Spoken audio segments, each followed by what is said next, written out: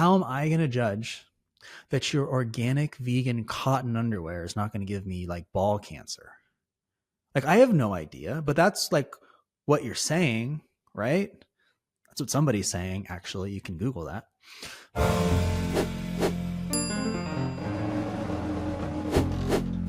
I had this realization the other day, and it just hit me like a ton of bricks right in the face. And this realization, I think this is a pretty big one. I was sitting there and I thought, damn, everybody who gets into business gets into starting a business for like 99% of the people, they get into it for the dumbest reason ever. You know what the dumbest reason to start a business is? Especially if you've never actually started a business, the dumbest reason ever to start a business is because you think that you're going to come out with the best product or thing that anybody's ever seen. The worst thing you could ever possibly do as a business owner is compete on product. It's the dumbest thing in the world. It is a losing game. You will never have the best product in the world, ever. Just stop. Like, if you're going to get into business because you think you're going to do something better than everybody else who's been running businesses for their entire life, then you should just quit and go get a job. You should, because that will be a much more fulfilling, satisfying, happy life than trying to beat everybody else because you think that what you're trying to do hasn't been done. Okay? Let me just get that out there. That's where we're going to start. It's insane because everybody who tries to compete on product will fail. It's just true. Like, you can't win against the big guys.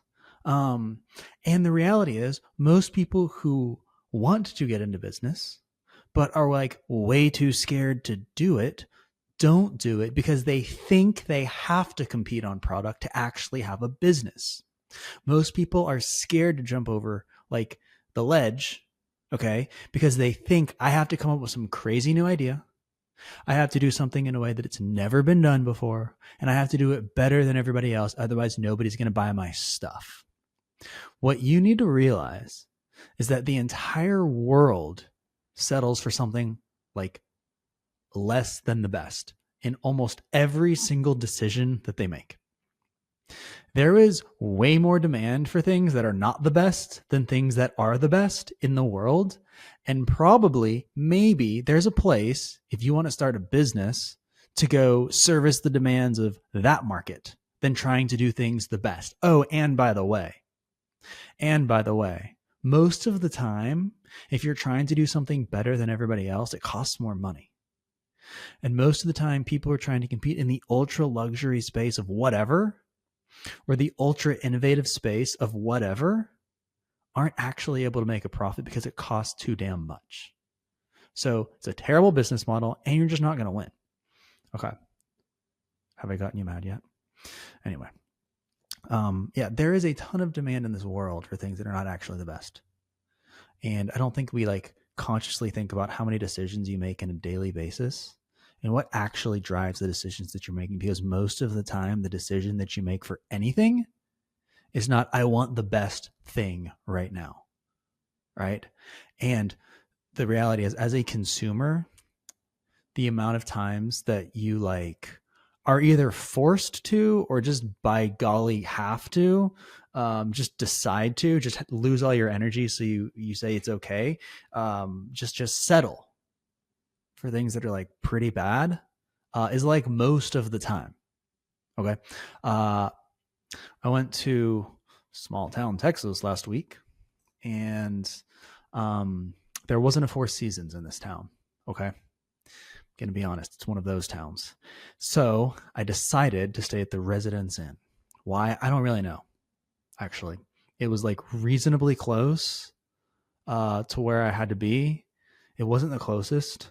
It was reasonably priced. Like, it wasn't the cheapest, but it wasn't the most expensive. And it just existed. Like, I don't even know why I made this choice, honestly. I'm pretty sure I made this choice because I just Googled hotels like in this town. And then it was like the second or third one. I don't use the first one because that's just, I don't know, superstition. Just don't go with the first choice. But it's probably the second or third. And then I said, okay, that's fine. And here's the deal. I checked into the Residence Inn, the Marriott property, the Residence Inn. And I get there, I'm like, hey, yeah, I need my room, 2 nights, whatever, yada, yada. And this lady's like, okay, here's your key. Oh, by the way, we're not giving you housekeeping. See you in 2 days. That was it. That was the discussion we had. That was how I got checked in to the Residence Inn. It wasn't a discussion. It wasn't a, oh, I'm so sorry. It was, here's how we do business. Better luck next time. Actually, it wasn't even better luck next time. They didn't even care. This is just how they do it. Was that the best service I could have gotten? The place was freaking packed. Okay. Parking lot was full every single night. It's like on a Monday night in the middle of nowhere. Do you think their business is doing okay? I have no idea. I don't operate hotels. I don't know how it works. But maybe, probably. Like, they had demand. I can say that. There was people there. Did it matter that they weren't the best? No. All that mattered was like kind of that they existed, honestly. And like literally for most businesses, you kind of only just sort of need to exist. Now, that's like a dramatic oversimplification, and most people shouldn't start a business because it'll ruin your life and you're going to be terrible at it. But for those who can stand those things, kind of sort of just existing is like half of the job. And I'm kind of sort of being facetious, but I don't think I really am, honestly. Because when you get into it, like competing on product is terrible, right? The reason that competing on product is terrible, I'm just going to tell you, is because like normal people, like average consumers, are terrible judges of what is good versus not good. Because you have to understand that most people haven't actually like experienced like really good of anything. Like how many people have flown business class? How many people have flown first class? It's probably way less than you think, right? And so when you compare, people's exposure to of just what exists in general, they don't even know like what the best option is most of the time. If you're comparing economy in this airline versus that airline versus that airline, or like, the regular Marriott and the regular Hilton, that's one thing. If you're comparing these to like, the most exclusive places in the world and the best experiences in private jets, that's a completely different thing. So people just don't have a good filter for like what even possibly could exist. All they do is they say, oh, $20,000 for a round trip flight. That sounds like a waste of money. I don't know. Have you done it? You can't say no until you tried. But that said too, like competing on just like everyday products is like stupid, because how am I going to judge that your organic vegan cotton underwear is not going to give me like ball cancer? Like, I have no idea, but that's like what you're saying, right? That's what somebody's saying. Actually, you can Google that. So if that's your message, that you have this hyper specialized thing and an average person can't tell the difference between this and that, I can just tell like this thing is soft or not, or it makes me itch or not. That's pretty much like as far as it gets. Anything above that is like, I don't know, man. I'm probably not the best person to tell you whether or not I'm going to get ball cancer because of these underwear. But some people want to compete there, and that's fine. You're just going to lose the attention span of like everybody who can possibly buy your underwear. Okay. Good luck. I mean it. Good luck. Because when you're competing on like product, you're also like giving up in general the ability to compete on price. You cannot be the best thing at the lowest price. Guess where there is the least amount of demand? At the highest end of the price spectrum. I never took a business class, by the way, so I could be wrong, but I'm not wrong about that. And so most of the time when people make like spending decisions, they pretty much like just buy whatever's right in front of them. Okay. And I don't think that's like necessarily groundbreaking, but to convince people to do something other than like literally what's in front of them is like pretty freaking difficult. What's that stat? Like most people, grow up and then live the rest of their life within, 30 minutes of where they're born or whatever. Pretty sure that's true. And that's also like pretty true about just how they make decisions in general, how they shop. Um, like people go get gas at the place that's nearest to them. That's like how almost everybody makes their decisions on like their regular, recurring, daily and weekly and monthly tasks. I actually did see a stat. It's like 94% of people decide to go grocery shopping based on the grocery store that has the most convenient location. That's it. So, simply existing, if you want to be a grocery store owner, simply existing, that is one of the best businesses to simply exist. Okay. Now, it's a very tough business. If you like making 2 cents on every dollar, that is a great business for you. But simply existing will create demand. There's not much thought that goes into it. The people, like the amount of people that shop at a Whole Foods or somewhere that you would call nice, is vastly smaller than the quantity of people that go to like your neighborhood grocery store. Why? Because it's in your neighborhood. Why would I drive across town? I can't even tell the difference between these two cuts of meat. Who do you think I am? Because people can't tell the difference between nice things and like average things.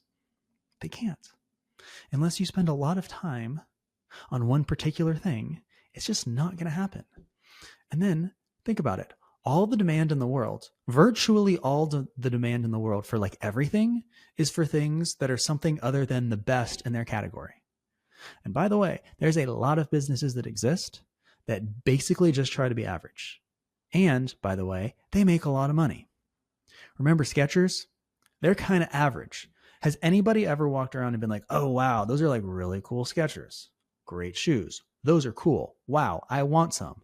I think that person's so cool because they're wearing Skechers today. Nope.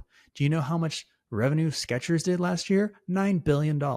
How many of you listening to this right now own a business that has $9 billion of revenue? Honestly, I hope somebody that is listening to this does that because that would be really nice. And then you would email me. No, you wouldn't. You probably wouldn't. But you might. That'd be cool if you were. Whatever. That's a lot of revenue. Do you think they really care that their shoes are like not cool? Do you think they really care what Nike does? Honestly, I mean, maybe, I don't know. They probably pay attention, but not really. They don't really care. Like, it doesn't matter if like the best athletes in the world aren't wearing their shoes, that they're not like the highest performance, like they're not like maybe the best at like really anything. They sell $9 billion because there's demand for things that are like, okay, like, oh yeah, that's fine. Sure. There's a lot of them in the store. I guess I'll buy a pair. That's probably what happens. People go into Foot Locker. They're like, oh, there's a lot of Skechers here. I guess I'll get some. They must be all right. Like, literally, how many times have you made a decision because you were like, oh, there's a lot of those. I guess they must be all right. Done. Just exist. Just exist, baby. People will buy stuff. What else? What else exists? Residence Inn exists. Planet Fitness exists. I went to a Planet Fitness the other day. That was kind of weird. The Purple Gym. They didn't have a whole lot going on in there, but it was like functional. And I'm pretty sure to join is like, I don't know, is it $10 or $20 a month? It's one of those. That's it. You know, you can go to a nice gym for a lot more than that, or you can get a $20 a month Planet Fitness subscription. Show up once in a while, you know, get your pump in, and that's that. You know, you're probably not going to find like the biggest bodybuilder meathead guy in the world there. I mean, you'll get a few, don't get me wrong. But you know, you're not going to get like the country club type there, and that's okay. That's fine. They don't care. They're just trying to rack up those numbers, baby. They're not trying to be the best in the world. And I think they probably had, you know, billions of dollars of revenue too. In fact, they are public, so I can look that up, but I'm feeling kind of lazy today. What else? Here's what you should figure out, okay? I'm just going to cut to the chase. This is what you should figure out if you're listening to this. that the most highly compensated people in the world are the people who can basically sell you something. I don't even care what it is. They can sell you anything. Go look at like the 10 richest people in the world. Are they doing the same thing? No, they're not. But you know what they could figure out how to do? They could figure out how to get people to buy something. They figured out what people wanted and they just did that. They just did that, you know?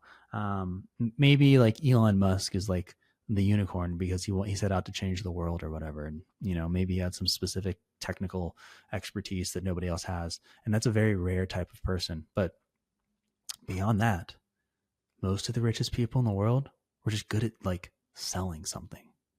Okay. Kind of doesn't matter what it is, but the worst thing you could do is go out and try to change the world. I'm sorry. Okay. It's just true. It's a waste of energy. I mean, you can do it if you want, and good luck. And maybe you should. Maybe you should try to change me. Maybe I'm a bad influence out there. But there's no secret sauce. Okay, there isn't. There's unlimited demand for average. So just find out how to make something that's average. That's okay. Because like average product, a lot of times actually begets a really, really good business. It's true. It is true. Do you think that there are people who work at Skechers that make millions of dollars a year? Probably. And so people make really dumb decisions with their money. So pretty much all you need to do is get out there, and then you got to like figure out a way to basically tell people what they want or need, and then they'll buy it. That's pretty much it. So there's your business plan. I won't charge you guys for this one. Maybe the next one, I don't know. And I will surely come up with something before the next time I have to release a podcast. And then we'll talk about that. And I hope everybody has a great day. That's all. Bye.